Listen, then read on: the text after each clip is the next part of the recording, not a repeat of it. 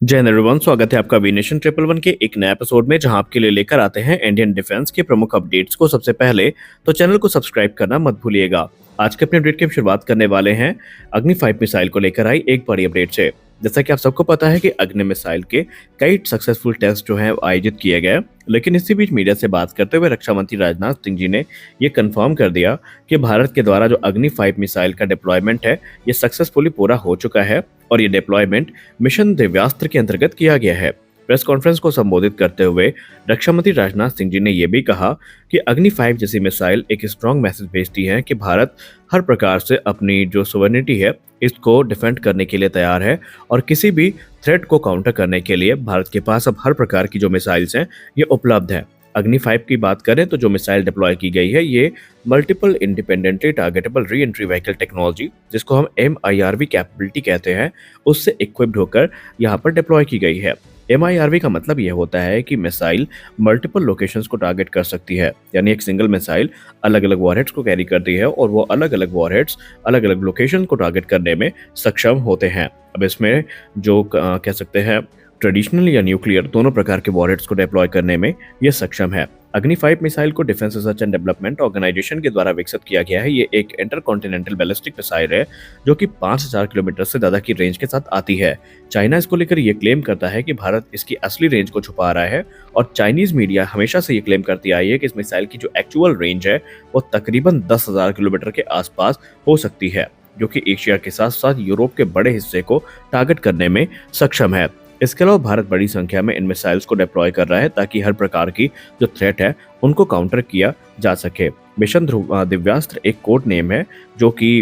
अग्नि 5 की पहली मिसाइल को मिला था, जो कि MIRV कैपेबिलिटी के साथ टेस्ट की गई थी और इस समय पूरे देश में इसको लेकर के जो सेलिब्रेशन का माहौल है वो देखने को मिल रहा है। हमारी अगली बड़ी अपडेट हिंदुस्तान एरोनॉटिक्स लिमिटेड से आ रही है। हिंदुस्तान एरोनॉटिक्स लिमिटेड तेजस मार्क 1A को लेकर काफी फ्रस्ट्रेटेड दिख रही है और एक के बाद एक ऐसे डिसीजन आ रहे हैं जो कहीं ना कहीं HAL के ऊपर बन रहे एक अत्यधिक दबाव का प्रमाण दे रहे हैं। HAL की तरफ से अब यह अनाउंस किया जा चुका है कि अब वो तेजस मार्क 1A के प्रोडक्शन प्लान्स को एक्सपैंड कर रहे हैं, जहां पर वो 30 एयरक्राफ्ट प्रति वर्ष के दर तक बनाने का जो प्लान था उस पर अडिग रहेंगे। हालांकि अब आपके मन में एक सवाल आ रहा होगा कि इंजन को क्या लेकर क्या, तो उसका जवाब भी अभी आगे आपको मिल जाएगा। दरअसल हिंदुस्तान एरोनॉटिक्स लिमिटेड का प्लान यह है कि जो टाइम उन्होंने गंवा रखा है अब उस टाइम को रिकवर करने का प्रयास किया जाएगा, जहां पर जो ऑर्डर बैकलॉग है उनको एड्रेस करने का प्रयास भी होगा और इसके लिए Hindustan aeronautics limited in aircraft की प्रोडक्शन कैपेसिटी को बढ़ाएगा। जहां पर HAL की इस समय ऑर्डर बुक 73 तेजस मार्क 1A और एडिशनल 97 यूनिट्स जो हैं तेजस मार्क 1A की उनके लिए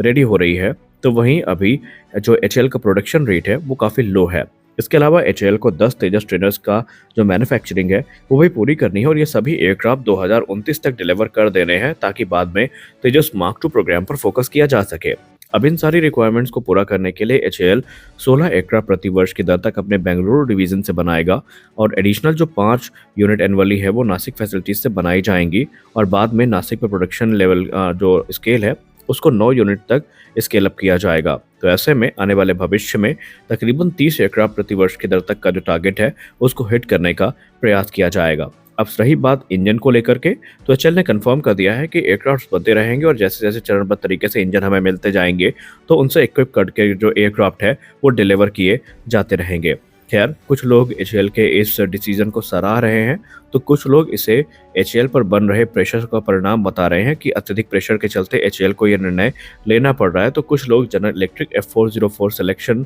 को ही एक रॉन्ग डिसीजन बताते हुए HAL को क्रिटिसाइज करते नजर आ रहे हैं। आप HAL के इस डिसीजन को लेकर क्या सोचते हैं, कमेंट सेक्शन में जरूर बताएं। हमारी अगली बड़ी अपडेट भारतीय वायुसेना को लेकर आ रही है। भारतीय वायुसेना इस समय एक तरफ जहां अपने transport fighter aircraft procurement programme को लेकर आगे बढ़ रही है, तो मीडिया के हवाले से कुछ इंटरेस्टिंग रिपोर्ट सामने आई है जहां पर बताया जा रहा है कि भारतीय वायुसेना एक बार फिर से अमेरिकी वायुसेना से कांटेक्ट करने का प्रयास कर रही है, जहां पर जो एडिशनल C-17 ग्लोबमास्टर एयरक्राफ्ट है इनको खरीदे जाने का प्रयास होगा। हालांकि आपको बता दें कि ये जो एयरक्राफ्ट है ये अपने long range strategic airlift capabilities के लिए जाने जाते हैं और भारतीय वायुसेना इस समय 11 की संख्या में इन जेट्स को ऑपरेट कर रही है या इन एयरक्राफ्ट को ऑपरेट कर रही है। Indian air force second largest operator है C-17 ग्लोबमास्टर थर्ड का US एयरफोर्स के बाद और US एयरफोर्स खुद 222 की संख्या में इन एयरक्राफ्ट को ऑपरेट करती है। C-17 ग्लोब मास्टर थर्ड की बात करें तो भारत के लिए एक ये वाइटल एसेट था और अपने इंडक्शन के बाद से इसने बहुत सारे मिशन है जहां पर महत्वपूर्ण भूमिका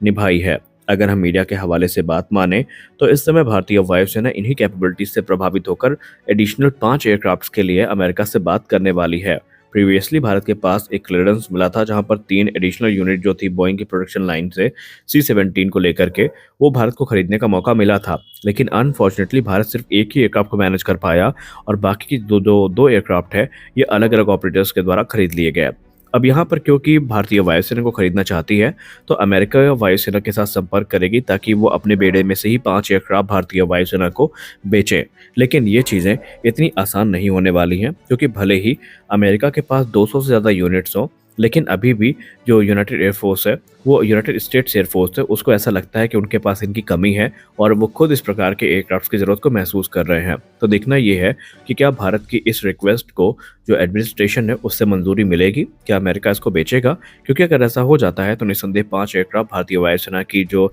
स्ट्रेटेजिक लिफ्ट कैपेबिलिटी है उसमें एक बहुत बड़ा बूस्ट देंगे और भारत को इसका सीधा बेनिफिट मिलेगा। हमारी अगली बड़ी update defence research and development organisation को लेकर आ रही है। Defence research and development organisation के द्वारा जो 3 लगातार सक्सेसफुल ट्रायल है very short range air defence system के, वो चांदीपुर उड़ीसा से पूरे किए जा चुके हैं और इन टेस्ट को हाई स्पीड टारगेट के अगेंस्ट किया गया था जो कि काफ़ी लो एल्टीट्यूड पर उड़ रहा था और अपने तीनों फ्लाइट टेस्ट के दौरान इस मिसाइल ने सक्सेसफुली टारगेट को इंटरसेप्ट किया और उन्हें कंप्लीटली डिस्ट्रॉय किया। और सबसे खास बात तो ये थी कि जो टारगेट उड़ान भर रहे थे ये काफ़ी रेड्यूस्ड थर्मल सिग्नेचर के साथ उड़ रहे थे जो कि एक लो फ्लाइंग ड्रोन को मिमिक कर रहे थे जो कि अलग अलग फ्लाइट कंडीशन में उड़ता है। इस फ्लाइट टेस्ट के दौरान जो अलग अलग पैरामीटर्स हैं उनको जांचा परखा गया और ये फाइनल डिप्लॉयमेंट कॉन्फ़िगरेशन में टेस्ट किए गए थे, जिसका मतलब ये है कि यहाँ पर 2 फील्ड ऑपरेटर्स भी थे जिन्होंने वेपन रेडीनेस, टारगेट एक्विजिशन और मिसाइल फायरिंग का जो प्रोसीजर है उनको पूरा किया है।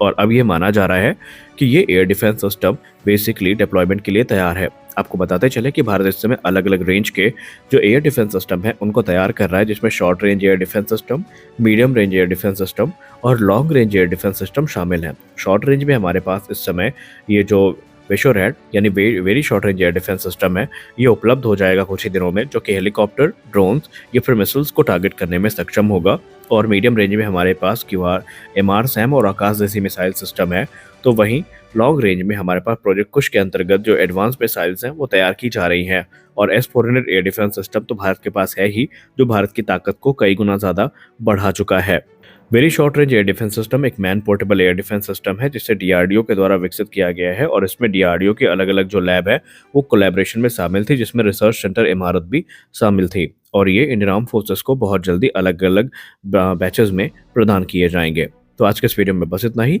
आशा करते हैं ये वीडियो आपको अच्छी लगी होगी। वीडियो अच्छी लगी वीडियो को लाइक करिए, नए चैनल को सब्सक्राइब करिए क्योंकि हम आपके लिए ऐसी अपडेट्स को लेकर आते रहते हैं। तो मिलते हैं अगले अपडेट में, तब तक के लिए जय हिंद।